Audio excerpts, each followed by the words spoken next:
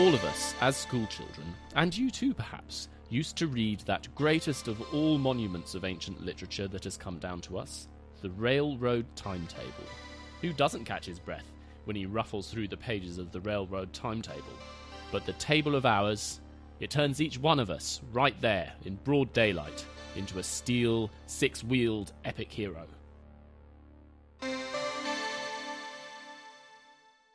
You're listening to a podcast about buildings and cities. I'm Luke Jones. And I'm George Gingell. That strange quotation is from We, a dystopian novel written in 1921 by the Russian writer Yvegeny Zamyatin, an absurdist fantasy of the future in which all human behaviour proceeds according to a regimented schedule, the table of hours. We describes the struggles of D503 as he chafes against the authority of the mighty benefactor and the rigid societal rules which compel him and everyone else to be perfectly happy.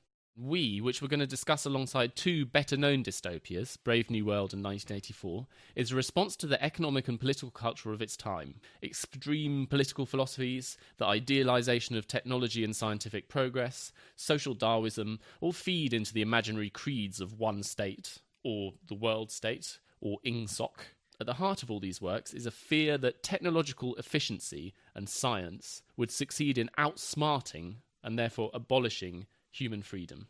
The books work in communicating ideas and fears about the future by creating places and then visiting them. All of them we see the world through the eyes of a character who is out of place in his world, strangers in a land that may be our future. And to create this, a whole world has to be built, a country, a foreign country, and the society that inhabits it. Early on, we meet the person you might describe as the kind of tutelary saint or malign deity of the novel, a man called Frederick Winslow Taylor, described ironically in the book as that great genius of antiquity, and compared with Immanuel Kant. So, George, what can you tell us about Taylor? Taylor, who started off as an engineer, this is in the mid-19th century, started working at various steel plants and other factories and worked his way up through family connections and things to become a manager in various firms. He did various other things, like he designed and supposedly developed high-speed steel, which is a strong tooling steel, but he's famous for what he did with the latter end of his career, which is start off as a management consultant, and his idea is all about making the workforce completely efficient by totally prescribing what they do. So the wise manager comes in, examines exactly every motion that is being made by the workers, works out how to optimize it by breaking it down and allow it to be subject to mathematical precision, and then prescribes what the worker's going to do as if he was a robot. The idea is sort of you get down to every movement in tightening every nut on the production line, and that you will have two classes of workers, a management that will design completely the process, and the tools of the process, which are the workers who will implement the program. That he began, or rather got his start, in the wonderfully named Nicetown, Pennsylvania, at the Midvale Steelworks. Yeah, it doesn't seem like a very happy place, Nicetown. He said this: "It is only through the enforced standardization of methods, enforced adoption of best implements and working conditions, and enforced cooperation that faster work can be assured. And the duty of enforcing the adoption of all standards and enforcing this cooperation rests with management alone." So the workers are the tools. The workers have no say, the workers have no autonomy, and they would never deviate. He had this phrase, the one best way. It's the fine tradition of there's two ways of doing it, my way and ways that don't work. And oddly, this sounds like complete lunacy to me at least, but this was the first sort of big management fad.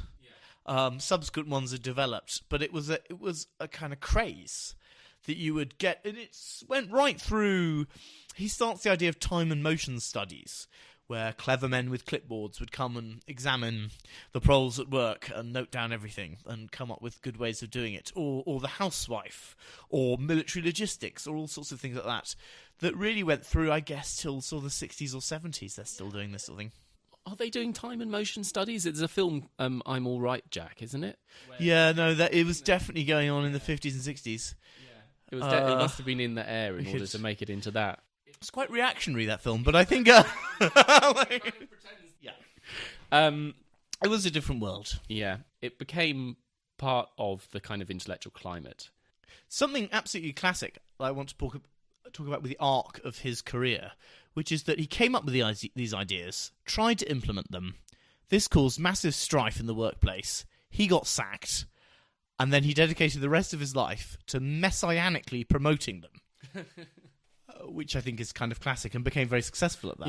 Yeah, it worked. So he was influential, although in one kind of description of him as the sort of philosopher of monopoly capitalism, his influence actually went as far as post-revolutionary Russia, which of course is where Zamyatin encounters it.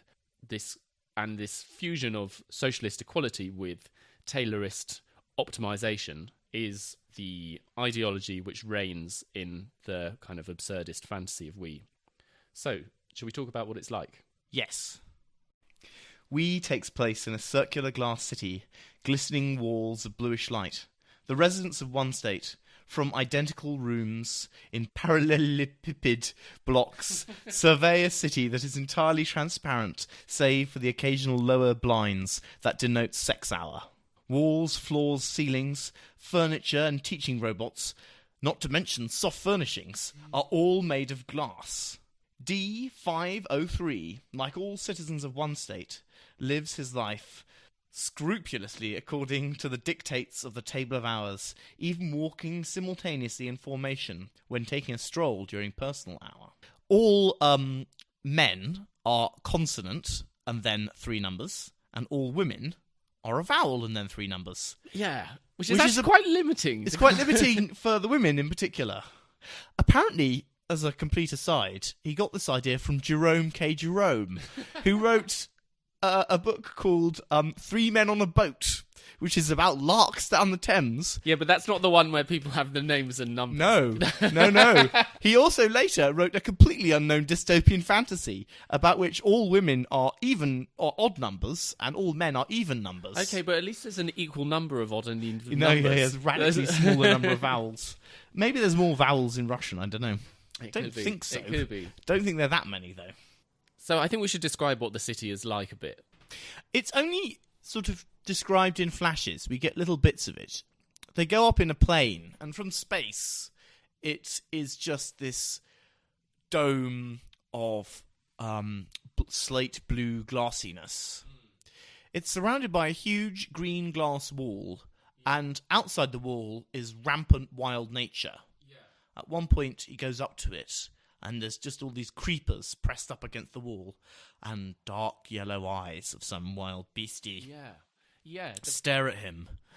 And that sort of is a thing that's in all of these books, is there is a wild nature somewhere. Yes. That they're not part of, and that is the strong contrast with culture. So it's a city of very wide, straight avenues which go everywhere. Everyone lives in these sort of parallelepiped is a parallelogram kind of prism shape. Yeah, it's actually not a very complicated shape. It's just got a really difficult name. It just means like a normal shaped rect oblong, which has been squashed a bit. We're in the land of the platonic solids, basically. The main spaces of the city: cube square. Yeah, that's good, isn't it? Cube square. Cube square is where they vaporize the quote-unquote enemies of happiness, who are the subversives. That's something else. All of these have a certain degree of... vaporization is a popular method of getting rid of people. Although the method of, as another aside, vaporization in this one is very different, all subsequent. They're sort of turned into showers of water. Yeah. I think it's worth restating how strange the glass vision is. So you have to picture something like a glass hive, in which you can see, and he does describe this in the book, from any room into the room next door, into the room beyond that. And that apart from these prescribed hours, sex hour, where the blinds are allowed to be lowered, everyone is constantly in a state of being able to see everybody else. I don't know how you put the blinds down over the floor. What happens? Do you think there's a special sex rug? No, I think there's nothing. I think Maybe they're on maybe there's it's like sort of inglazed blinds and they go across the floor as well. He talks about you can see nothing is obscured except for the slight grey frame surrounding each room which holds the blinds. But generally the things in this book are not that thoroughly worked out. It's definitely absurd. It's deliberately absurd and it's surreal. I think that also he's deliberately adopting some of the classic tropes of utopia. So the city is a circle. Yeah, everyone from Garden Cities, Ebenezer Howard, Atlantis, the island of Utopia, Thomas More's Utopia, which kicks the whole thing off. Yeah. They're all circles. This decision to make everything out of glass. I wonder why they make the exterior wall out of glass. It doesn't make any sense. There's encoded in it is the possibility of its own subversion. So why is it useful to be able to see dimly through the external wall into this wilderness? I think it makes no sense from a practical point of view of control, but I'm not sure that's completely what the book is about. It makes sense from the view of the dreamlike delusion. And also the sense of a city, it's just glass. It's a glass world. The most solid thing in the glass world is air, which through the story sort of penetrates the city in lots of different ways. The atmosphere becomes the only real... Yeah. The two things that exist in the world are people dressed in identical uniforms, and the air they inhabit. And everything else is sort of insubstantiated glass. The glass buildings become kind of prismatic at certain times of day. And the narrator he's in a permanent kind of like state of high emotional tension through most of the book. Largely through he's developing a soul. That's what they decide. He briefly flirts with being a soul. Yeah. And then it doesn't go well. No. It doesn't go well for him. These dystopian novels, they don't, as a rule, end terribly well. I think we can sort of say that. I think, in case anyone was getting worried about spoilers of these books that are nearly 100 years old, it's a city which is not really differentiated. There are apartment blocks. There are auditoria, which are the main place that people gather. These big kind of improving lectures and demonstrations at certain times of day. And also are the schools where the only teachers are robots because you can't trust people to teach people. Well, yeah, I guess that's inferred, isn't it? And there's Cube Square with its 66 rings and 66 rows. There's the music factory. There's music factories, I think. The streets are grids, and one of the entertainment is everyone simultaneously leaves where they are and walks a sort of preset pattern. The story is all about unanimity. It's a society which is totally unanimous, and they celebrate the day of unanimity, which is a kind of satire of an election in a single-party state, I guess, where everyone is invited to endorse the continued rule of the benefactor, and everyone does except for one person who's zapped. Yeah. he's vaporized fairly shortly afterwards. The blinds become a key metaphor as well. This idea of the blinds down. So when the narrator encounters the mysterious woman who's going to enchant and entrap him and lure him towards subversive activities, her eyes are described as these blinds. The blinds are down. I thought this was one of the most interesting bits of the book. I mean, I don't think we're going to sort of analyse what happens too much, but there's a lovely sense when he's suddenly in a space which is closed off, out of the normal context of sex hour. He feels like there's sort of wrenching disconnection and fear because a life that is perpetually observed, unified and connected becomes disconnected.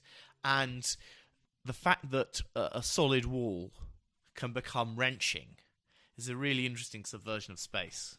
One of the really interesting things is that I think it does give like a very vivid and strange sense of how weird the real world would seem to a person raised in this kind of environment. So when he goes outside, which he briefly does through a tunnel into the wilderness, the different quality of the light is described as very, very strange. The jaggedness of the light, the like sharp shadows which haven't been kind of refracted through colossal numbers of prismatic buildings, or the tangledness of the grass underfoot for someone who has walked on glass sidewalks his entire life. Because it's so early, it also, part of the charm of it is also the kind of unlikely technological framing of certain things that we've become quite used to. Like, they go on a spaceship, but there are no rockets at this point.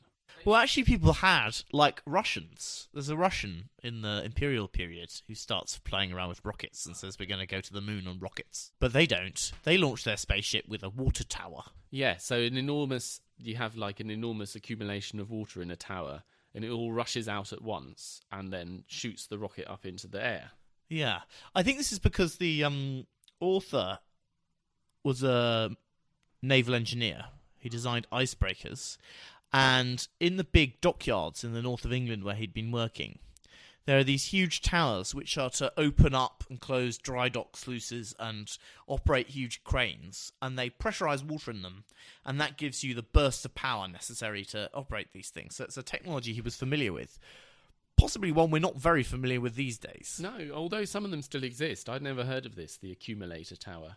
There's a little bit of English influence on this because he had been quite relatively briefly in England, but really this is being written in the context of post-revolutionary Russia.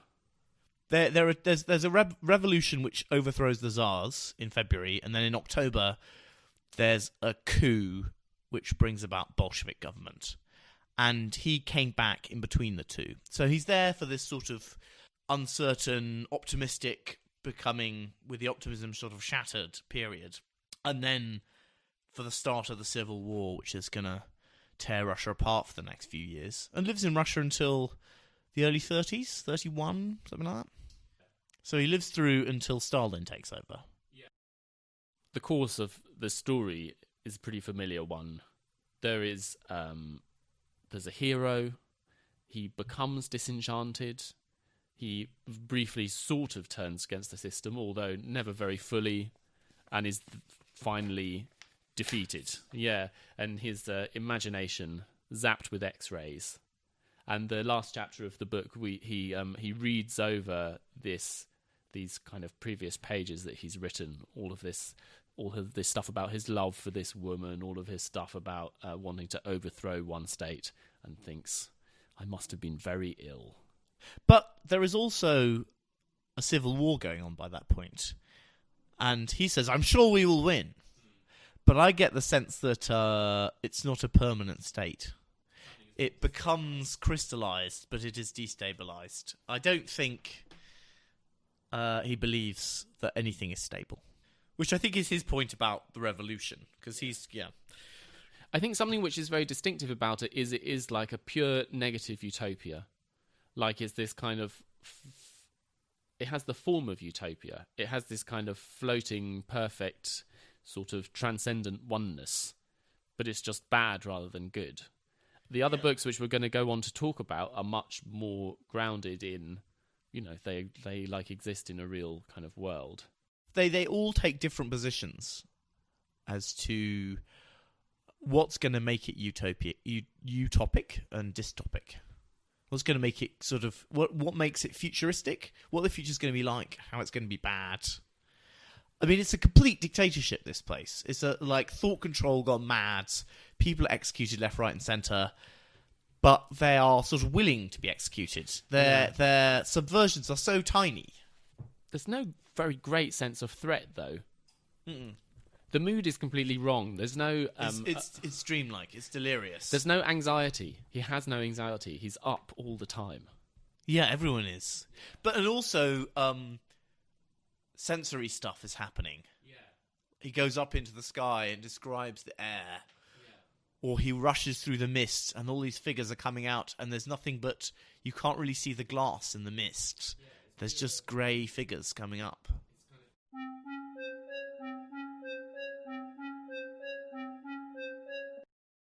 Aldous Huxley's Brave New World, which was written almost exactly 10 years later, is much better known.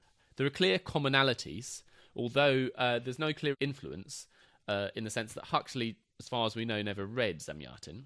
He certainly said he hasn't, but lots of people say that he ripped him off. Yeah. There's large areas of commonality, but there's also large areas of differences, and lots of other people we're not going to touch on, but H.G. Wells, D.H. Lawrence, Jerome K. Jerome. These are all people who I don't associate at all. These are the sort of stalwarts of Edwardian larks. Yeah, sci-fi dystopians. Sci-fi D.H. Lawrence. Yeah. But they were. I mean, and Lewis Carroll as well is another sort of famous one, as well as Americans and Russians and Germans and things. So here's something they share. Huxley, like Zamyatin, imagines a society in which science has solved the problem of human unhappiness and non-conformity.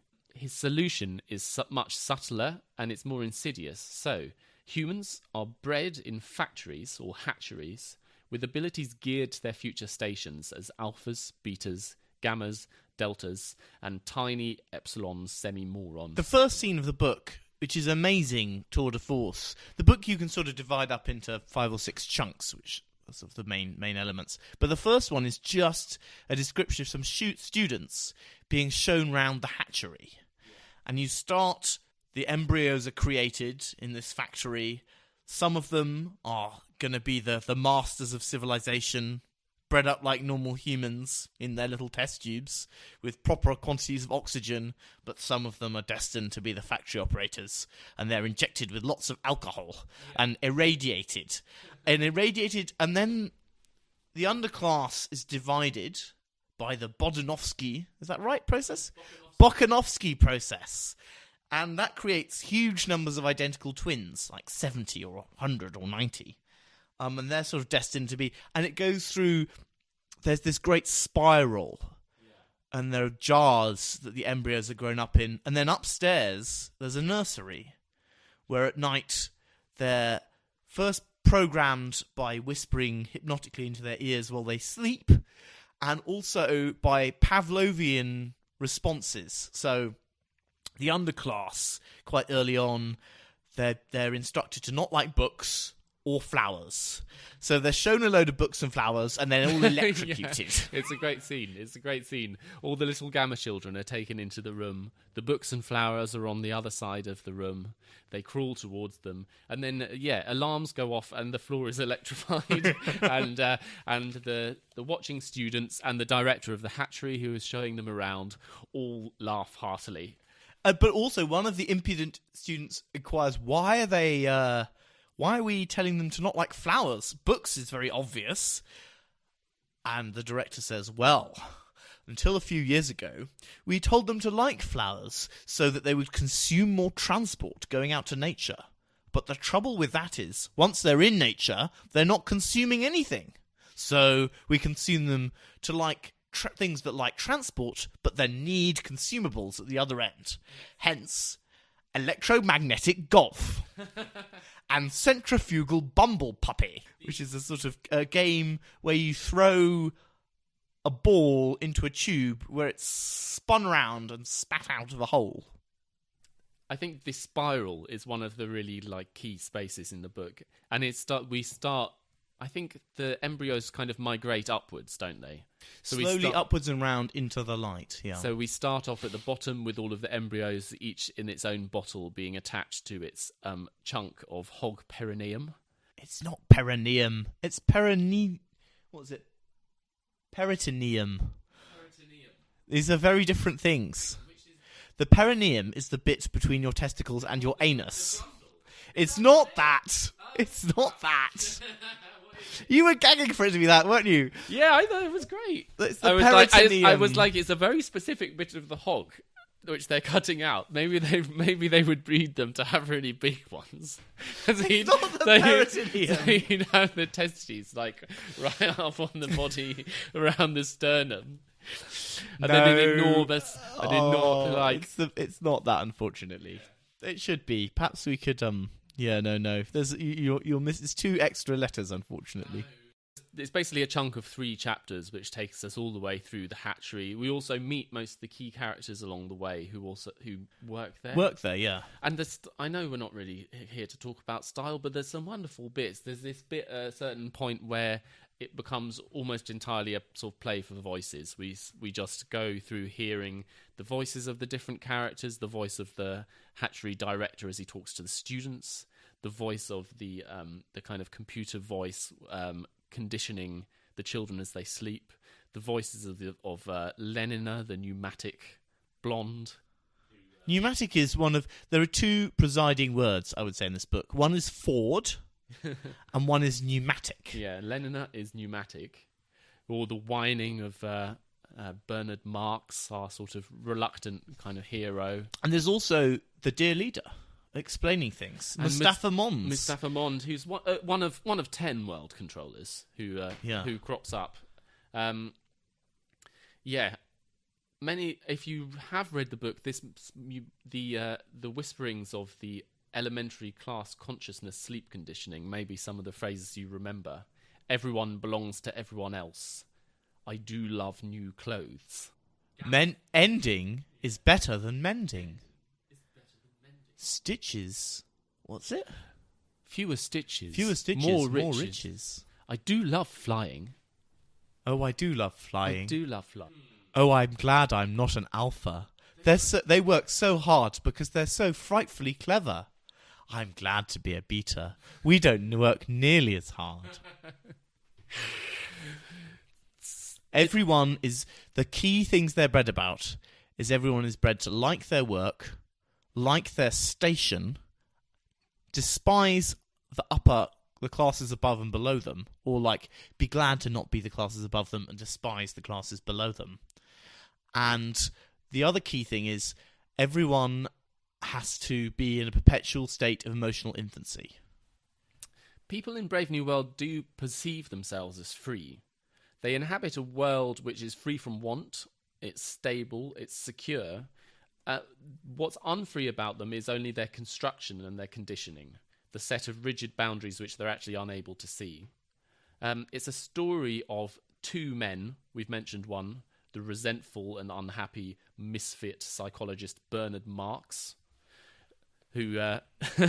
He's petulant. So he's a guy who, for some reason or another, although he's really high class, he's too short. And so everyone looks down on him from his class and sort of can't believe. They think he's had alcohol put in his tub while he was growing up. Yes, by mistake. Someone put alcohol in his decanting bottle. In fact, later on there is a mistake made by someone, which is totally incidental in the plot. So it seems preeminently plausible that is what happened. But because of this, he's got a massive chip on his shoulder, and he goes around petulantly thinking himself superior, but also being a total wimp. And it means that, unlike his friend Helmholtz Watson, he's only slept with 10 women in the last 4 years, whereas Helmholtz has slept with 500. Yes, everyone is very much encouraged to. So all the kids from about the age of 7, they have to engage in lots of erotic play, and some of them are a bit sad. The funny degenerate ones. Yes, they're ruthlessly weeded out. Ones who don't want to do erotic play all the time.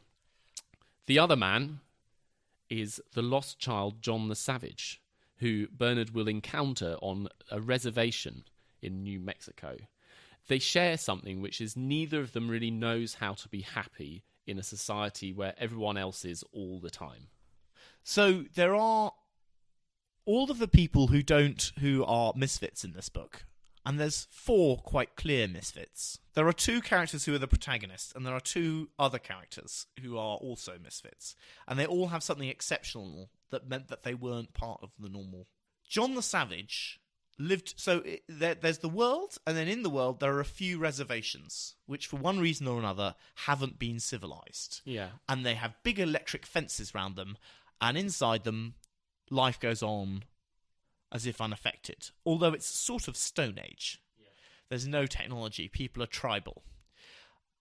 John the Savage, though, doesn't belong in either society. His mother, Linda, had ended up there by mistake. Yeah, a very few people go and do sightseeing and sort of tourism around the lunatic asylum of these, places where people have children and things.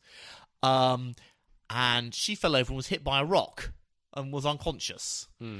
And because of that, ended up stuck there pregnant. And the child, she is conditioned from birth in the society. It doesn't escape that. But John is someone who belongs in the so-called civilized world, but hasn't had the upbringing. Yes, he hasn't been conditioned. So his upbringing is a mixture of his mother, the tribal society that he's in, which has got this odd religion, which is a mixture of sort of Native American, Aztec, and Christianity. Yeah. They worship the great eagle, Jesus, and they sort of do blood ceremonies. One of the slightly weak bits in this book, I think, is that it's pretty bloody racist. Yes. Like, the Native Americans are astonishingly barbaric. But he has a third important component, which is that while growing up in the reservation, he is given a complete works of Shakespeare from somewhere, which is something which no one in the civilized world has access to. The world of culture has been scrupulously and completely cleaned of everything from before the great all-consuming war that destroyed the world and gave rise to the civilization which exists now. So all of literature is unknown, and John, who is obsessed with Shakespeare, is the only person in the world, apart from the world controller Mustafa Mond, who has ever read this. Yeah, does he exclusively speak in Shakespeare in the second half of the book? But it keeps coming up. Every other sentence out of his mouth is a quote from Shakespeare. It might be worth noting that Aldous Huxley, this book was written in the 30s, early 30s. Aldous Huxley belonged to that class and generation where virtue was being literate, ideally in Greek and Roman classics, but also in the great works of English literature. And on top of that, he's an English literature student at Oxford, and virtue of the elite, the best thing you can be is someone who appreciates high culture literature in the mind of the author of this book. And he's got a really strong, like that. Would you agree? Yeah. Like that's really everything. Other than that is sort of an inferior substitute. You should be reading Chaucer and Milton and Shakespeare. He doesn't talk about it, but if it was other people, it would definitely also be like Latin. And yeah, it's completely assumed, and that world view, in fact, was about to come to an end when he was writing this, but it was looking hale and hearty right then. We should circle back to where we started the programme and say that Taylorism comes in like this. Taylorism in this world is kind of like God, that people are sorted according to the needs of the economy. Only the managers, the alphas, and to an extent the betas, have any kind of awareness to think. The manual workers are, to coin a phrase of Taylor's, sufficiently stupid and phlegmatic to carry out whatever the instructions are that they're given and never to question them. I think we should have that whole quote of Taylor's because it's so good. Yeah. I can just sort of paraphrase it, which is that he said, "The science of producing pig iron is complicated, and anyone sufficiently stupid and phlegmatic to want to work in the process of making pig iron could not possibly understand it. Yeah. Consequently, they should have no autonomy at all." Yeah. Nice man, Taylor. But the whole society here is gone beyond... I mean, he calls it Fordism. It's gone beyond Taylorism because what it does is tailor their society, makes people perfect for their tasks. So all the people who are going to be industrial workers are brain damaged to love it. Yes. Conditioned to love it and not above anything above their station. Also, they're bred in huge numbers of duplicates, so the whole factory is staffed with identical twins doing identical tasks. So they're all the same. The economy and the people are both tuned so that you make the people into the perfect producers and the perfect consumers of the things that they can easily produce, and not... So you make them want what they produce, basically. Yeah. And also the amount of work is balanced. So they could cut down on the amount of work, but then people would have loads of spare time. Yeah, they don't want that. They don't want that. They just want to balance perfectly consumption and production. So should we talk a little bit about the kind of world, the city and the countryside, and the things which happen between them? So we begin in like the dark recesses of the bottom of the hatchery, but by the end of chapter 3 we're on a helicopter flying off the roof and we see the city from above, and he describes it as the buildings are enormous. The world has pretty much been scrubbed clean by war. There's nothing old. Everything has been rebuilt, and it's been rebuilt as these vast, he describes them as tabletop-shaped buildings. They look like mushrooms. He talks about them looking like mushrooms a lot. Yeah. So they get bigger at the top, and I think this is so that all the aircraft can fly on and off the tops of them. This is the main way of transporting people. Yeah, all the upper class people, which are basically all the people we talk to. There's no there's no inner world of the sort of underclass. All the men have their own helicopters, and then the women go in the men's helicopters. Yes. And there's sort of a lot of macho adjusting of the helicopter screws. Yeah.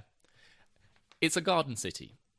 So you pass from a kind of centre through bands of greenery and then to kind of like radiating suburbs. I think the suburbs are still, or everything I think is like big tower blocks basically. I think it's all these giant mushroom towers. Yeah. There's no suburbia, or rather, no. Everyone lives in giant towers. Yeah. There's a bit where they're looking from a hilltop and they see Guildford, which is now 7 towers. Yes, which are described to be like 7 fingers pointing into the air. Yeah, sort of making a sign to the heavens. Which no one can understand. He has a lot of fun imagining the kind of material culture. So there's a lot of light satire. There are some things in there which are just there for fun. I like that he describes how there are these color-coded newspapers, so everyone gets one. Yeah. And they're all the different classes all have to wear color-coded uniforms, certainly for work. So the alphas wear grey, I think. The betas wear plum. The gammas wear leaf green. Yeah. The deltas wear khaki. And the epsilons are in black. Yeah. Epsilon semi-morons. Epsilon semi-morons. Yeah, we like very briefly step into the mind of the epsilon semi-moron operating the lift. They are given, like in the book, they're given 2 tasks. One of which is being this lift operator. And what he does is, there's a voice in his ear which tells him what to do. So it says, go up. And then he reaches the top of the lift, and he's like, oh, the light, it's so lovely. And the voice says, down, and he doesn't do anything, down. And then he presses the lift button to go down. And that's his life. And the other task they're given is vacuum clean operators. Yeah. We meet some gammas and deltas late on when John the Savage decides to try and start a revolution. They're met before then, because there's the point where he actually says the title, "Oh, Brave New World." They go on so he comes out of the reservation and becomes this big celebrity. And Bernard becomes his garter and is having the time of his life. Yeah, suddenly all the women want to sleep with Bernard because he knows John the Savage. Only to get... Yes, it's the headmistress of Eton. Everyone is like perpetually youthful until they suddenly die. The headmistress of Eton sleeps with him just so she can meet the Savage. I love this. And then she can't meet the Savage and she feels heartily cheated. I love this, that there's a world scrubbed clean by 300 years of like chemical and bacteriological warfare, but Eton still exists and it's still where all the alphas go. And St Andrew's Links course and the Oxford Union. These are like the 3 places that are mentioned. Yeah, funny. They go and have lunch at the Oxford Union, off for a spot of golf at St Andrews. Yeah. So these are probably just the only places that Aldous Huxley knew. Yeah. Not quite, actually. It's not but he was, so Bernard, who has been so put upon his whole life and so resentful, becomes a celebrity by association and is having a wonderful time of it. And John the Savage is taken to see a few workplaces as part of his sort of tour of the civilization which he's now entering. And in the perfect factory, in this case it's a factory making lighting sets for helicopters, he's met by these armies of identical people operating in unison, doing sort of pointless mechanical tasks, operating a lathe, and there's 70 of them, all exactly the same. And he says, "Oh, brave new world that has such creatures in it, and is violently sick under a bush," which nobody notices. This isn't even really noted upon as being slightly odd behaviour. Later on, he goes to, I can't remember what kind of facility it is, and he tries to make a speech to the gammas and deltas there, and in so doing interrupts the distribution of their soma ration. So there's these sort of underclass, and there's this preppy young alpha boy comes down with his lockbox and is going to give them out their pills. Everyone, whenever you feel any emotion as an upper class person, you take drugs to get rid of it. Yeah. Because otherwise the pain of feeling something is really bad. A gram is better than a dam. A gram is better than a dam. You're looking rather down today. Why don't you take some soma? Yes, and he tries to incite them against their system. He says, "Don't take it, it's poison." And starts throwing it away. And then he starts throwing it away. And there's a riot. And they riot against him. They nearly kill. They have to try and hold them off because they want to kill him. Yeah, and this sort of precipitates the end of the book. We go to all kinds of places, but it's basically all sort of generic and interchangeable rooms. And what's really characteristic of it is infrastructure. And it's quite a strange infrastructure. There's a tap which dispenses eau de cologne. There's one that gives out patchouli. There's the scent organ. It's a world of sensory delights. Art is like sensorily abundant, but vapid in content. And there's you go to the cinema, you grip something with your hands, and suddenly you physically inhabit the bodies of the people on screen. You feel all their sensations. And basically everything is pornographic. They're making love 3 weeks in a helicopter. They make love on the bearskin rug, and you feel every hair. Everything is sort of the same and different. Yes. You can go to the North Pole and you get more or less the same experience. The sensory taps are not quite as good. Yeah. People complain that sort of, it's a bit like people complaining that the television is too small in Yeah, up in the high Andes. Yeah. And the other entertainments is the scent organ, which is they produce sort of symphonies of smells. Where you have, all these different nice things with a little discordant undercurrent of horse shit or something, to kind of bring up the harmonies. Yeah. But not only the built environment, also all the relationships are interchangeable.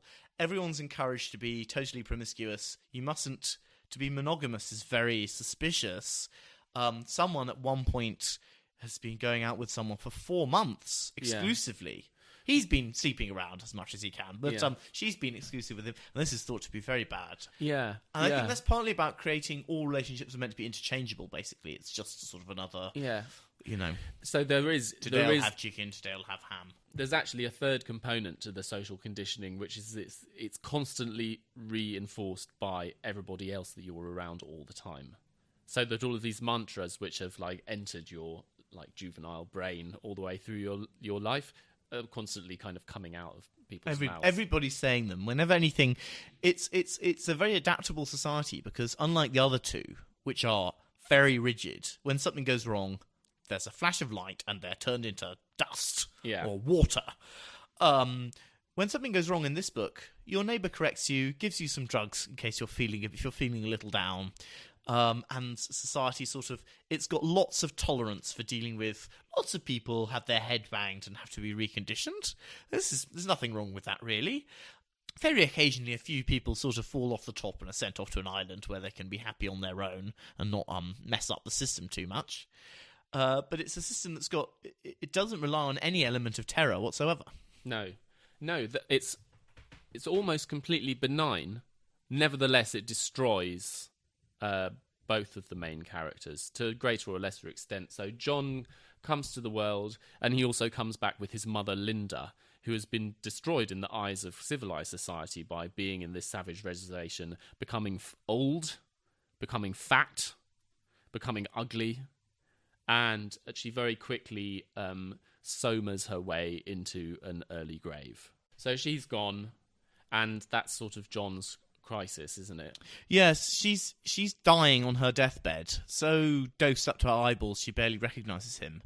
And all around are all these maggot-like children, as he describes them, which are all these crazy identical twins who are brought into the sort of death factory to watch so that they develop no fear of dying. Yeah. So they're playing Hunt the Zipper. Yeah. What is Hunt the Zipper? I've got no idea. He's surrounded by all these horrible clones. Yeah, these horrible clones. Talking in, like, squeaky voices. Yeah, and, like, running around eating chocolate eclairs. Yeah. Yeah. So he's kind of destroyed by that. And Bernard and his friend Helmholtz get in trouble by... Well, Helmholtz is already Helmholtz is on the way out.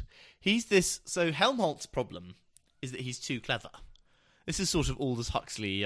This is one of the two people Aldous Huxley identifies with, I think, quite strongly. Helmholtz is just far too good with words. And his job is he writes propaganda slogans to be sort of programmed into people. But he thinks, I've got nothing to work with. This is all vapid. And when John the Savage comes along and reads him loads of Shakespeare, he starts, oh, this is marvellous. And he sort of starts writing his own Shakespeare, gets into trouble for that, realises very quickly there's no place for him in this society. And so when John the Savage causes a riot, he joins in, knowing that he's going to get kicked out of the country, but sort of relishes it. And when he's asked where he'll want to be sent, he says somewhere cold and stormy. Yeah. Because he can write better. Yeah, he can be more virtuous there. So, yeah. So after the crisis, these characters all have an encounter with the kind of the secular godhead, with the source of power, the world controller, Mustafa Mond. And unlike the other two books in which this person is a source of sort of holy terror, this is an encounter with a person who is absolutely civilized, who's absolutely humane, who is incredibly understanding, and who tries to treat them as well as they can possibly be treated within the rules of the world in the circumstances. So the two alphas are sent to go and live on an island where they can no longer be in contact with the rest of the world and cause trouble, but can otherwise be entirely free. And John the Savage is allowed to go off and live on his own in a sort of watchtower. Yes. The leader, who's the other guy I'm sure Aldous identifies with, is absolutely the voice of reason. He's completely benign. He doesn't want to hurt a fly.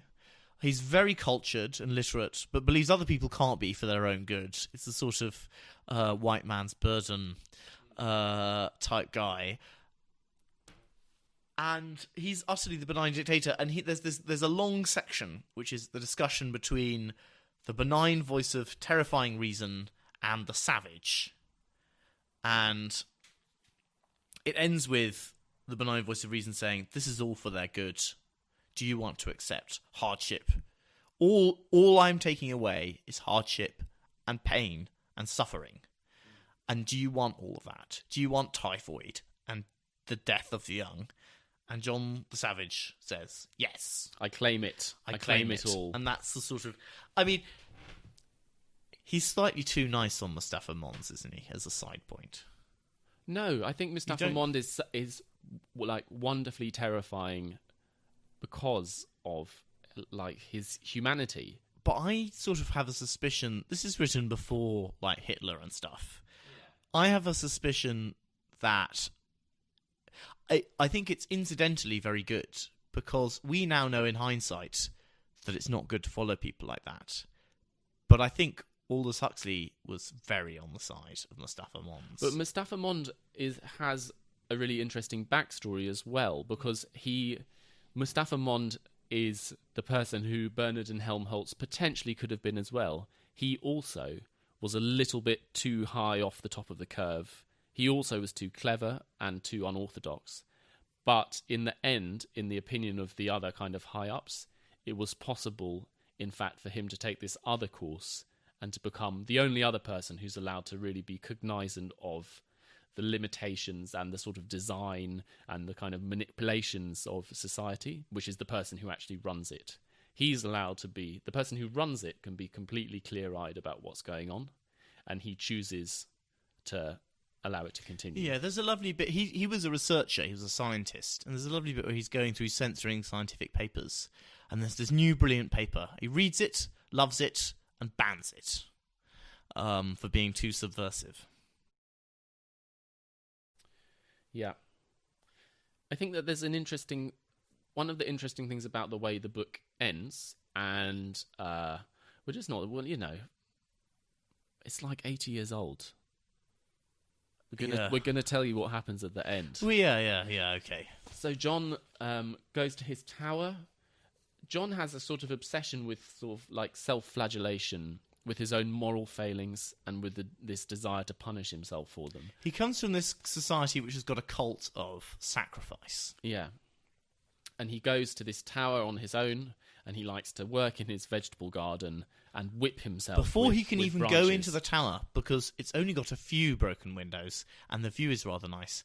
He has to flog himself, pretend to crucify himself for a night, and sleep outside, and then he's allowed to go into this derelict former lighthouse, which is where the old road used to run. But he's discovered, and I think this is one of the really interesting things, that there's an insatiable desire for novelty in this society, and it makes even his very, very peculiar and actually, by the standards of the society, like quite frightening behaviour, are incredibly fascinating to people. He likes to stand outside and whip himself, and before long, the landscape surrounding it is full of sightseers who are watching him and chanting, "The whip, the whip, the whip." Yeah, some reporters longing. There's a nature reporter who sort of sneaks up. But previously, he'd done a great one on sperm whales mating or something, and he puts all these hidden microphones everywhere, and he's waiting and waiting, and then John the Savage has some naughty thoughts that he perhaps should have had sex with the beautiful girls who were thrusting themselves upon him, and starts flogging himself, and the reporter's having the time of his life. He's got it at last. And that's the end of John. He can't live in the world. They all come, and he sort of and him whipping himself sends the crowd into an orgiastic, because they're so conditioned into like group orgies. Oh, they start going orgy-porgy, don't they? They start going orgy-porgy, whipping each other, and then they all have a massive orgy, which he joins in on and takes loads of drugs. And then he hangs himself. And that's the end. It's a good way to end an orgy. It's really good. There are some problems, I think, in it. The thing that's really lovely about this book in comparison with the others is that it's beautifully written. It's lovely. It's funny. There's lots of incidental details which are just there for sort of fun and charm.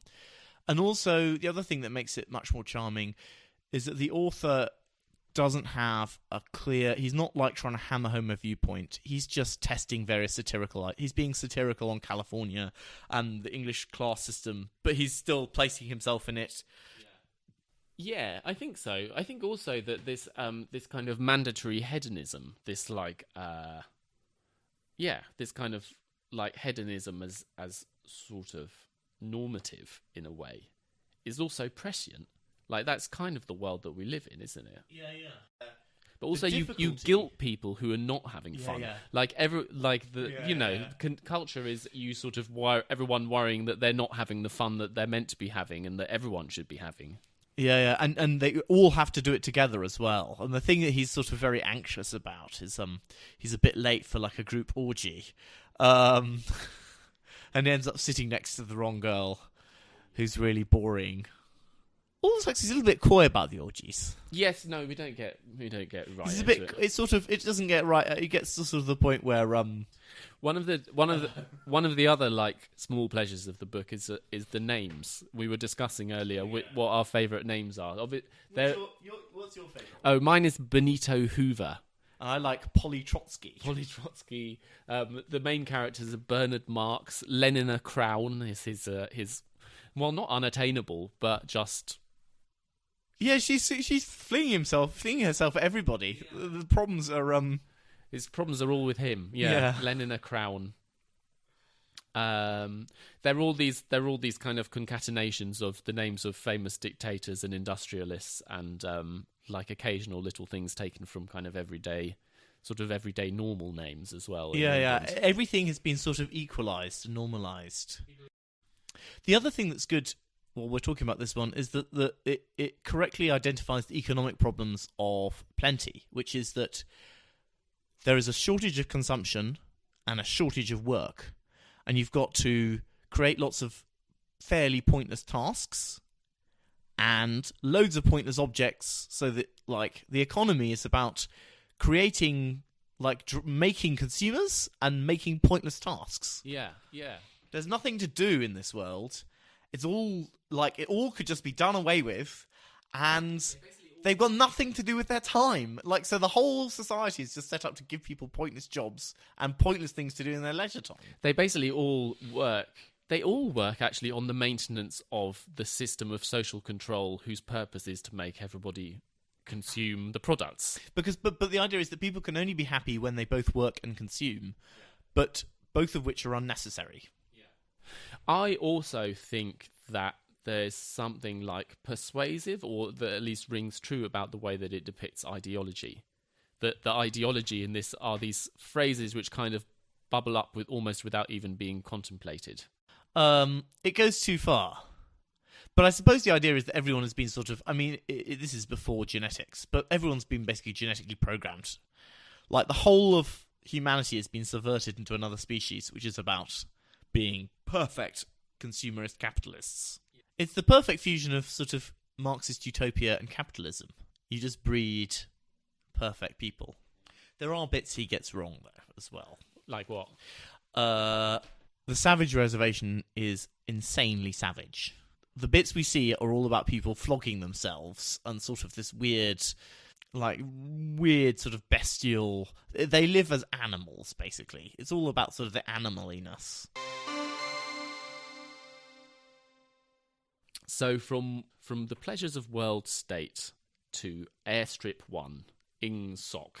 George Orwell's 1984, written in 1948, so the latest of the three, contains nothing ethereal, but no pleasure, no colour, a life which is dirty, painful, dangerous, smells of blocked drains, cabbage, and Victory gin. Here, the only thing which really works is the apparatus of suppression and propaganda. The thought police, newspeak, doublethink.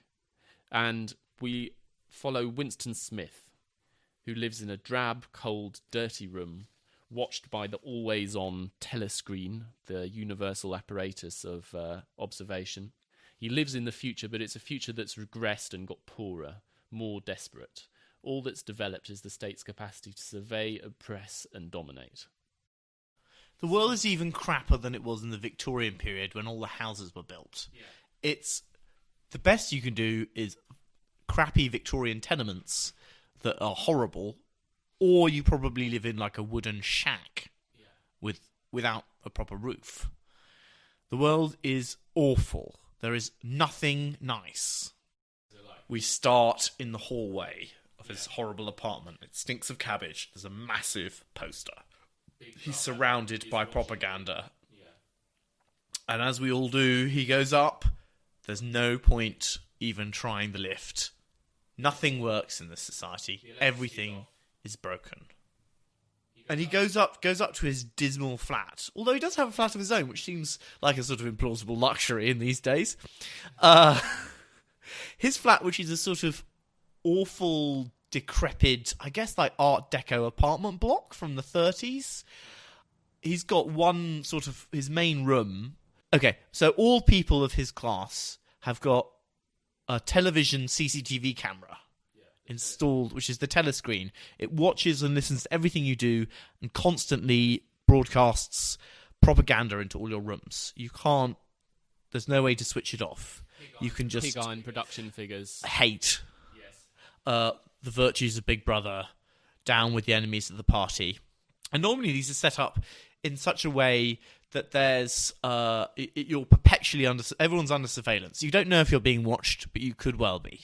Which is sort of the Jeremy Bentham panopticon idea. But there's a peculiar tick in his room, which is there's an alcove where he can sort of sit, which is next to the telly screen in such a way that it can't see him. And he's got something unique, which is that he's got a diary he can write in, which is pre-war.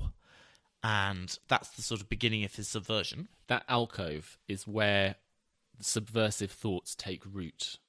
It's where he's able to start to become an enemy of the state. From his room, we go to his office. We pass through the city, this kind of shattered city. He passes through all the kind of prole quarters, and he'll pass, like, on the way to and from work. He's constantly spectating on what other people are doing, and particularly on what the proles, who are the 90% of the population who are not members of the party. He's a low-ranking member of the party, and what they're doing and the way in which they live. He can see, even from his apartment block, his place of work, the only defining features of this otherwise kind of featureless scrub of ruin and dereliction are the 4 vast white pyramids, which are the ministries of truth, plenty, love, and peace. And obviously this is a world in which everything means its opposite. This is doublethink. The Ministry of Peace is dedicated to the pursuit of war. The Ministry of Truth is dedicated to the production of propaganda, and so on. The Ministry of Love is the most feared. It's the instrument of suppression, of ruthless suppression of political dissent of any kind, or any kind of nonconformity, and of torture. Inside the Ministry of Truth, he has his cubicle where he works. And this is described, this environment is he spends a lot of time in this environment, and it's described in quite an interesting way. He has a desk, and on the wall above it are 3 holes. There's a hole where messages they pop out, and he has to deal with them. There's a place where he can put messages to send them out. It's a kind of in tray and out tray, but they're holes in the wall. And in between them is the memory hole, where anything which he has been authorized to replace or destroy is sent through this hole into the furnaces. Then on the way home from work, this is one of the other signs of his nonconformity, he likes to wander. Even when he's doing it, he's conscious that this is a thing which he would have to explain if anyone from the party were to ask him why he's doing it. And within the prole quarters can still be found these traces, these extant traces of history. There's a pub where he goes to talk to an old man, try and ask him about what he remembers from before the revolution. Top hats, mostly what you can remember. Renting top hats. And a man once pushed him, and he pushed him back. Yes. And also an antiques shop full of old junk, where he finds a glass paperweight with a piece of coral in it, which becomes this motif, this symbolic item, which represents the history which has vanished from the world and which he's kind of consciously aware of the absence of. So he stares into the cloudy recesses of this piece of glass with the coral inside. This kind of like, this haziness. And inside that haziness is where he's kind of projecting all of this knowledge which he knows has gone out of the world, erased by this vast machine of propaganda. There were a couple more things I wanted to say about his place of work, actually, before we kind of get out in the city. Because his place of work is one of them quite well described, and it's used as a tool to really set up the world. The first thing is it's a huge institutional building with thousands of identical cubicles. The cubicles, you can see all the people around you, and you're constantly not only under the surveillance of the telescreens, but also your neighbours. It's got vast, long corridors where people meet. The corridors are studded with holes that you can use to incinerate any paper. And it's a world where vast quantities of paper are continually brought in and destroyed because things are constantly published all the time and then constantly revised. There's a whole history of newspapers and books out there, and every day, it seems, all the history in them has to be revised. Everything is brought in, burnt, republished, to be brought in the next day, burnt, and republished with every sort of little change of... Yeah, so the actual figures for production of bootlaces will come in, and it will turn out that the predictions made 3 months ago by Big Brother or whoever were, in fact, wildly optimistic and completely out, and he will have to take the article, rewrite it so that in fact the prediction is somewhat below the eventual production figure, which itself is also fictional, and then destroy the original. And it's sort of utterly insane, the level to which this goes to. At the beginning of the story, the chocolate ration is reduced from 30 to 20 grams, and 30 pages later, the idea is it's being increased from nothing to 20 grams. Yeah. And it's this sort of 20 grams of chocolate, by the way. Not very much. Not very much. How long do you think that's for? 20. Well, it's a week, isn't it? Which is not even a Mars bar. No. But there are other things about the office, along with its huge idea. He goes through the corridors and sees what all the other people are doing. And there are these machines. So that there's a fiction department where they write all the novels. And the people who work there are greasy mechanics with spanners, because all of the works are composed by machines. You can trust machines. Yeah, the novels are composed by... He describes them as being a bit like kaleidoscopes. So in some way, there's all of these different tropes and events and characters on pieces of, I don't know, paper or glass or something, and they shift around and create different possible configurations. It's one of the ideas I enjoy most in this book, actually. It's an idea that's been around. There's the idea of the writing frame, which I think goes back to Jonathan Swift, or maybe I've got that completely wrong. It's a world in which technology is essentially the same, except for certain defined exceptions, as it was during the Second World War. So there are like big, heavy machines in sort of sheds operating, and all culture, as well as everything else, is produced in these kind of big, kind of dark, whirring, clanking spaces. In fact, the purpose of a lot of this suppression is to remove everything that is pleasurable, and remove pleasure from everything that is automatically pleasurable from the life, at the very least, of the outer party. Yeah, it's definitely a feature that, although buildings of great scale exist, there are no kind of interiors of great scale. There's nothing spectacular. What's impressive is these vast, like, incomprehensible piles of identical, dreary, commonplace things. So yeah, room after room after room. It's funny how he really doesn't predict open plan offices, which are way more grim. What it really should be is like a huge hall with, it should be the Ministry of Truth should be a call centre. Yeah. It should be a huge hall of monitored people. Yeah. Something which is noticeable is the way in which these spaces are inspired by things which he must have encountered, and also which he's kind of documented in other books. Yeah, he talks about both Senate House, which is the first skyscraper in London. Anyone calling it a skyscraper now, I think, would laugh. It's a sort of library block. And also the BBC, which has got... The BBC at the time, he was working during the war, producing... basically sort of very mild propaganda, which must be some of where the sort of influences come from. And it's the idea of this huge institutional building with hundreds and hundreds of rooms, all looking the same from the outside, doing all sorts of different peculiar purposes. The other location, which is... He's often thinking about how he doesn't want to have to go there. But in his evenings after work, he, as an outer party member, would be expected to spend time in the community centre, which is a place where the politically correct in this world gather, listen to lectures. Maybe they all drink vast quantities of this sort of synthetic gin called Victory Gin, which is disgusting. And what else do they do? Sport. They do a bit of Hikes. Sport. Yeah. People don't have sex. It's the opposite of Brave New World in this respect.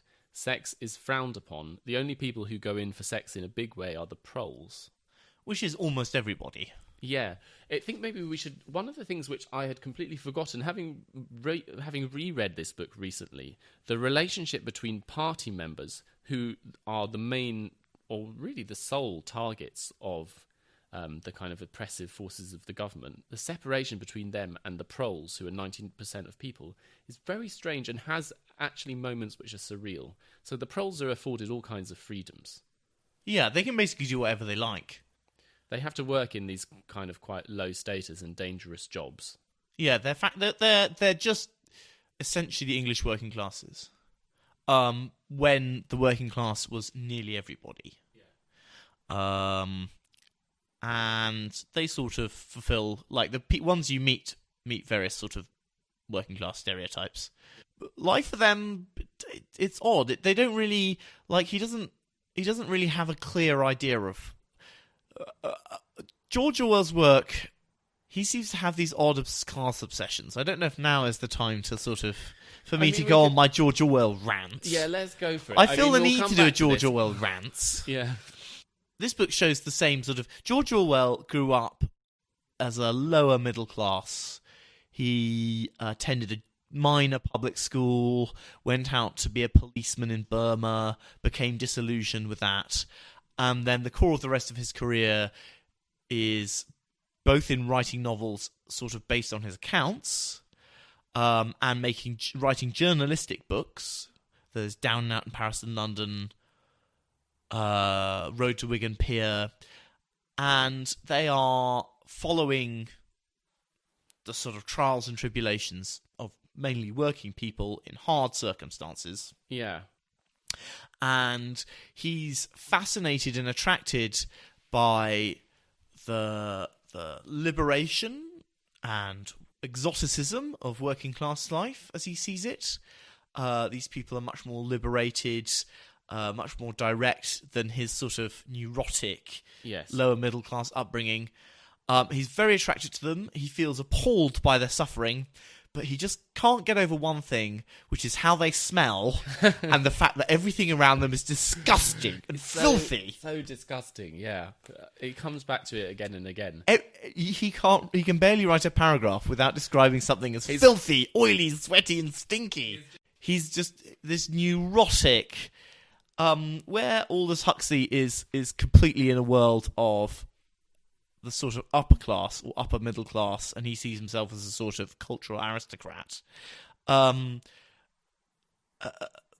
George Orwell is filled with sort of lower middle class self-hatred. Yeah. And he sees also the world as being designed to persecute him. In 1984, there are three classes. There's the upper class, which is the inner party, which is like a tiny proportion, couple of percent or something of society, and they lead a very monitored but relatively like normal, as we'd think of it, existence. They get proper coffee. They get like actual food. They get carpets. The lifts in their blocks of flats work. Yeah. We're not talking about like a lifestyle that we would regard as ordinary. Yeah. Then there's the working class, who are the proles, who are nearly everybody. They live in sort of grimy obscurity. They work in menial jobs. They drink loads of beer. They're dosed up with loads of porn, which they get in sort of sealed envelopes, which are sent out and sort of scattered. They play the lottery, which is a complete con. Yeah, no one ever wins it. The winners are all made up. They're obsessed by the lottery, and sort of, it's always the only thing they talk about. Yeah, and no one ever wins. Yeah, the winners are fake. He has these passages which are quite uncomfortable to read, where he talks about how the prole girls go through this brief flowering of being very beautiful for about a year before they have their first child and become fat and ugly. Yeah. Have you read Down That in Paris and London? Yeah. I can't remember anything about it. Yeah. It's suffice to say, this is something that goes through all of his works. Yeah. Well, to return to what I was talking about, there is a scene where Winston is on a train. He's going to an assignation with his lover Julia. Which is the kind of the sort of flowering of his kind of subversive consciousness and his awakening from his previous life. To have a lover at all is subversive. Yes. And he's on the train, he's going to the countryside, and with him in the compartment is a prole family. And he's aware that they have none of these fears. They have no terror of the thought police. They have nothing to worry about. They don't have the same hopes and aspirations. They don't have the same kind of awareness as him. But there's it's a very surreal moment. And the thought which passed through my head when I was reading it was, this is a bit like Harry Potter. Like, Winston is a wizard, and the proles are the muggles. They're kind of like inhabiting the same world. But he has this perpetual desire, which is... salvation's going to come from the proles. They're basically free. They wouldn't have to do anything to overthrow society. They just have to down tools. Whole thing would break down. World peace and love would break out.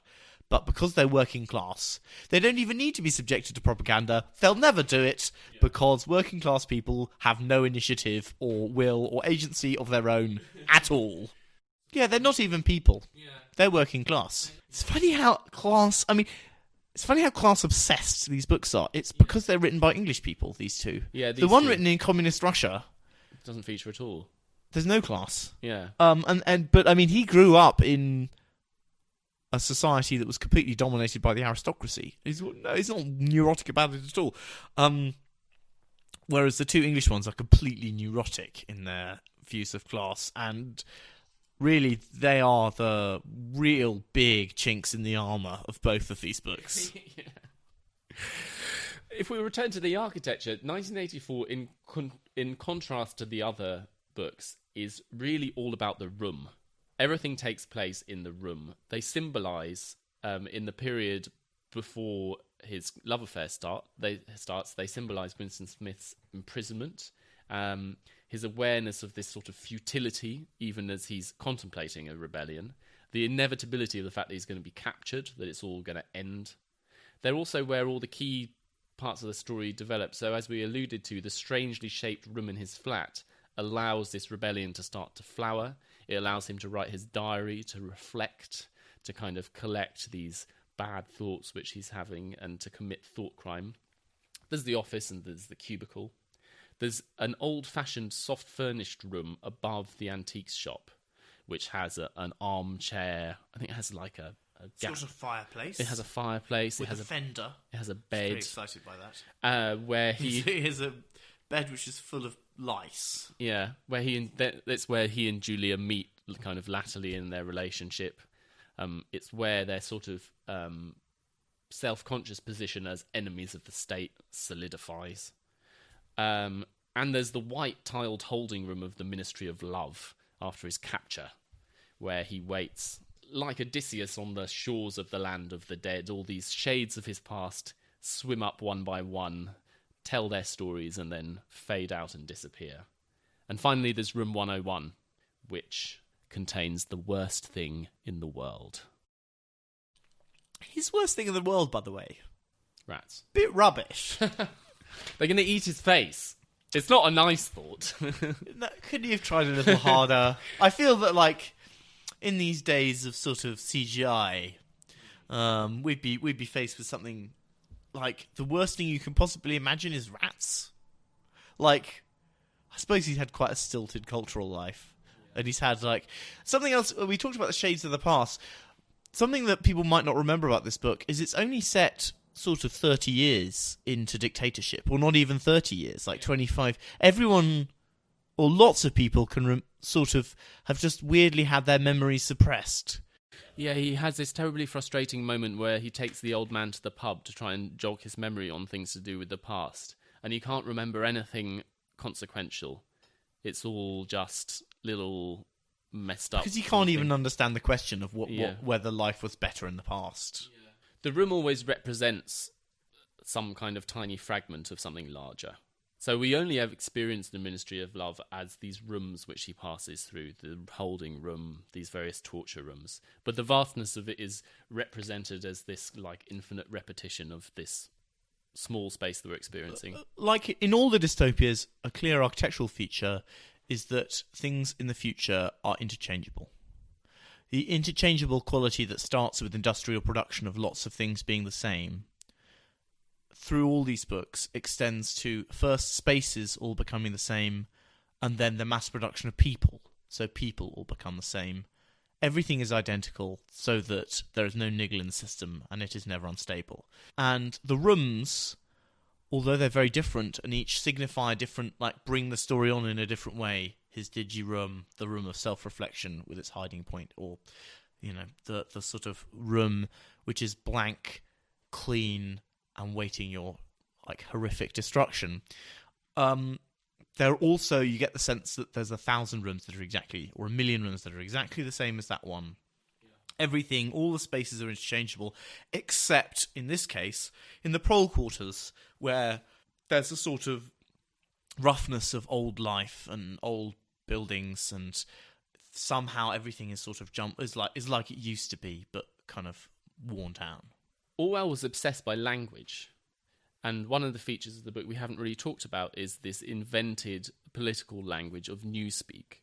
And I think, certainly in my view, newspeak is meant to be a kind of scientific or sort of engineered, kind of optimal language, which certainly at the very least has echoes of the kind of Taylorist worlds that we've been encountering in the other books. So newspeak is a systemization of the English language, which eliminates all inefficiency. It eliminates unnecessary words, and it also eliminates words which have the potential to frame improper thoughts. That's it. It's not eliminating inefficiency in communication. No. It's not about the sort of Taylorist idea of maximising production. It's about, for Orwell, word and thought are inextricably linked. And if you get rid of all the words that are associated with subversion, there will be no subversive thought. He writes it to be deliberately horrifying. It's actually quite fun. It's a lot of fun. Shall we listen to some? But you can tell he's really enjoyed writing it. Yeah, he has. He really likes it. The book has an appendix, which is actually a sort of fake discursive essay on newspeak and its principles and some of its features. He also has a few examples. Where's the one? When he first gets to his office, there's the 4 instructions he receives. Ah, yes.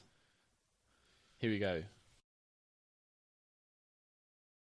Times 3.12.83 reporting BB day order double plus ungood refs unpersons rewrite fullwise upsub anti-filing. The reporting of Big Brother's order for the day in the Times of December 3rd, 1983 is extremely unsatisfactory and makes reference to non-existent persons. Rewrite it in full and submit your draft to higher authority before filing. I like the one that O'Brien has, which is items 1,5,7 approved fullwise stop. Suggestion contained item 6 double plus ridiculous Virgin Crime Think cancel stop unproceed construction wise anti-getting plus full estimates machinery overheads stop end message. Yeah, but he's also kind of constructed them to be their sort of systematized answer to questions. It doesn't work at all as a language. No. So the principles of it are that you don't need like a different positive and negative for anything. Yeah, it's also I think it's a bit of a satire on like constructed languages as well. I mean, it's a satire on jargon, except that it's not at all jargony. It's a lot more like Esperanto. Yeah, it's kind of weird though. But it's like a rubbish Esperanto. The heyday of constructed languages is way before this, so he must be going back a bit. But yeah, so there's nothing is bad in newspeak. There's only ungood. Yeah, everything is. There's no thing in its antonym. There's just the things. Plus ungood, double plus ungood. There's a funny thing, which is because it reduces words so much, it actually opens up massive amounts of ambiguity. Yeah, which is the complete opposite of what it's trying to do. Yeah, this is a funny similarity which I thought it shared with We and its decision to make the kind of entire city out of glass, is that contained in the essence of the dystopia there's this unsuspected kind of subversive potential. So newspeak is highly subversive. There's another thing, which is that the sort of new words for things often it's the opposite of what actually happens, which is that you become more and more euphemistic. Like, why isn't good sex bad sex? Well, beyond good sex. No, but why aren't the meanings inverted? But yeah, they kind of are inverted, though. Yeah. You see that like, immediately all of this the words would just be used in different ways by different people. That all of that is there. There's this thing about old thinkers unbelly feel ingsoc or something. Belly feel is like not being hungry. Yeah. No, but belly feel is also like sort of like strong emotional identification. Yeah. But it's also not being hungry, isn't it? Yeah. It's both. So he hasn't really... It's meant to be removing all ambiguity. Yeah. by making one word mean like 30 different things. But it doesn't work like that at all. It's kind of weird. He's tried to give us this like hellish world without poetry. It's but because in fact... he hates. He's like an absolute grammar Nazi, is George Orwell. Yeah. He hates the idea that language could change. So, I mean, what do you think of it? It's not bad. I've I've been a bit harsh on it. Yeah, I quite like. In fact, all of. There's a reason why I sort of know a bit about Orwell's books because I've read most of them. Not all of the novels, some of which are a bit shaky, but they've always got large chunks of interesting stuff in them. Yeah. He just gets some things really wrong and has some weird obsessions and hang-ups. I rather dislike. I feel like I'm being manipulated by someone who I don't really like or agree with. But the world itself is really full of like really fascinating detail, and I really like a lot of the things that he comes up with. I love Newspeak, and I love the machines he comes up with. I like all these like dumb slogans. The world is complete. It's completely like campy. This like ignorance is strength. You know, we're all marching around believing ignorance is strength. So stupid. Yeah, it's not believable. It's complete. You know, this is the kind of place that Flash Gordon goes to. That's something that's way better at Brave New World has stupid and clever people in it. Yeah. Everyone in 1984 is completely stupid. Yeah. Because he believes that's what society is like. But this is a man who, like, decided he hated English society so much that he tried to grow vegetables on an island off the west coast of Scotland. Dismally failed because he was totally incompetent. And then came back to society and then died. Yeah, he had TB. He had TB though as well, didn't he? It's not good. It's not good. Not a good thing to go and live in the. But he's always trying to like roll around and he's trying to like find as much filth as possible, which he has this mad obsession with, and roll around in it. That's what all his works are. I mean, some of them are dealing with very important. Well, they're all dealing with very important subjects, but it always comes back to his solution to them is always a weird mix of like paternalism, and so the journalistic portion at the beginning of his books is always obsessed with dirt, and the solution is always paternalism. Like, they just need to be thrown out of the way of the benighted savagery and given a bit of a leg up by society, and then everyone can be like me. Except that I'm neurotic, very unhappy, very unhappy, neurotic, love of self-flagellating. He's John the Savage. He is a bit. Except he's John the Savage without poetry. So there's a wonderful, I think for me, one of the other bits of the book which I really, really like is the moment of capture, that they've created this imaginary world between them for a certain length of time.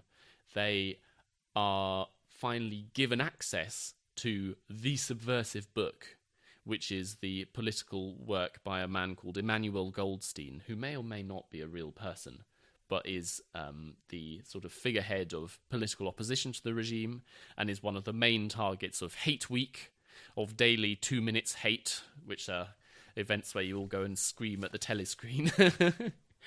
And they're in there reading the book in their room above the antiques shop when it finally ends for them. And there's this moment which, I don't know if I'm making this up, but it seems like a bit kind of Greek chorus, that they say, he says something like, "We are the dead." He has this moment of reflection. He realises they're going to be caught eventually. He says, "We are the dead." And this disembodied mechanical voice from somewhere comes out and says, "You are the dead." And it's a hidden telescreen behind this picture which they've been looking at, which is an engraving of some of the old churches of London. St. Clement Danes. Yeah. And the voice, they say, "It was behind the picture." And the voice says, "It was behind the picture." And they say, I can't remember what else they say. They say something like, "We might as well." The house is surrounded.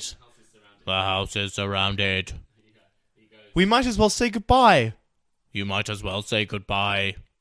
And while we're about it, here comes the light to light you to bed, and here comes the chopper to chop off your head." In a peculiar note of sort of humour from the point of view of he's quoting them from earlier. Finding your words like unexpectedly repeated by someone you didn't know is there. I don't know where that comes from, but that strikes me quite as like a quite powerful work of the uncanny when that starts happening.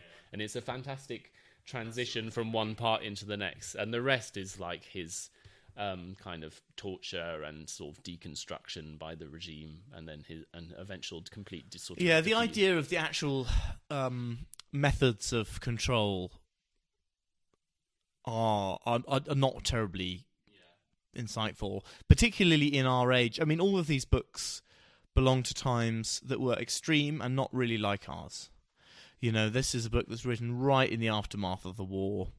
Huxley's written in the 30s. is written during the Russian Civil War, a time of terrific strife and instability. Yeah.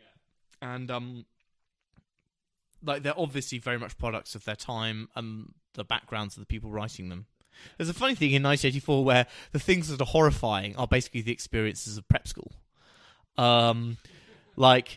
There's horrible gym calisthenics where you're being watched by this very enthusiastic teacher and you have to bend down and touch your toes. And this is the most ghastly thing. Yeah. Oi there, you! Dirty squab! Citizen Smith! Put some back into it! Smith! It's all sort of cold showers and doing homework. And he hates sport. Definitely something of that. So we could talk a little bit. Well, maybe we should sum up with the architecture, if there is anything to say there. There is one thing that's definitely predictive in terms of architecture, which is that, I mean, this is a process that's been going on for thousands of years, but the gradual colonization of ubiquitous non-spaces. The sort of mall, corporate plaza, Barratt home, sort of being stamped all over the country and world.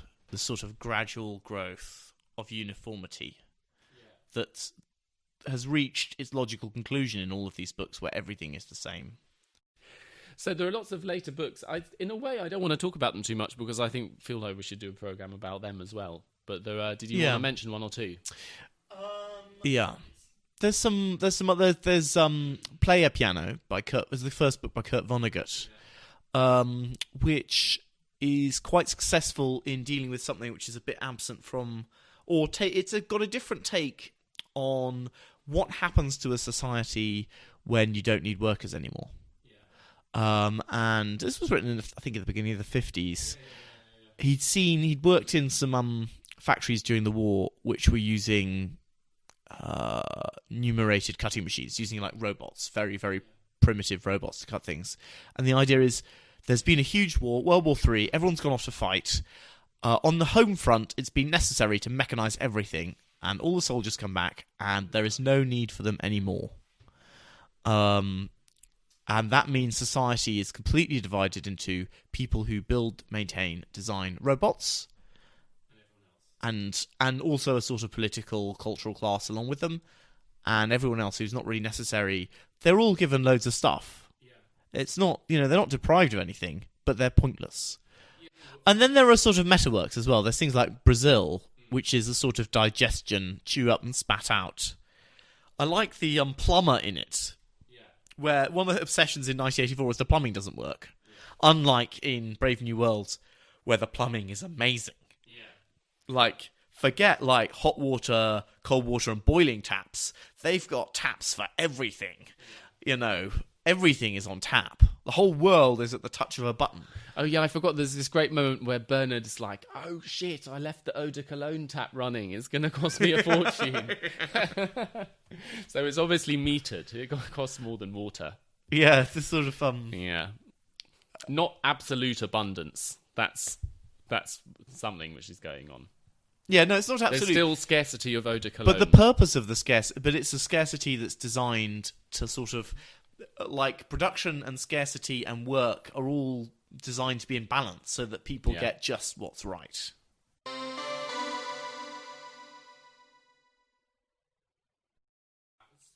Which one do you want to go to? Unexpected, a lot of fun. Obviously, Brave New World. Yeah, it's good fun, isn't it? I'm going to fuck all the time and bathe in eau de cologne. Yeah. Double alpha plus good. Double alpha plus good. We'll see you next time.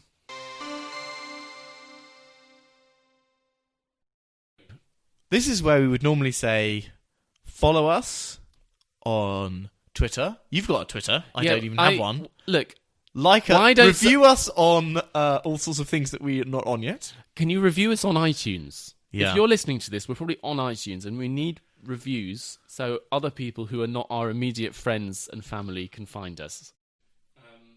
If you're listening to us in a hellish future, don't worry. It'll be all right. And like us on Facebook.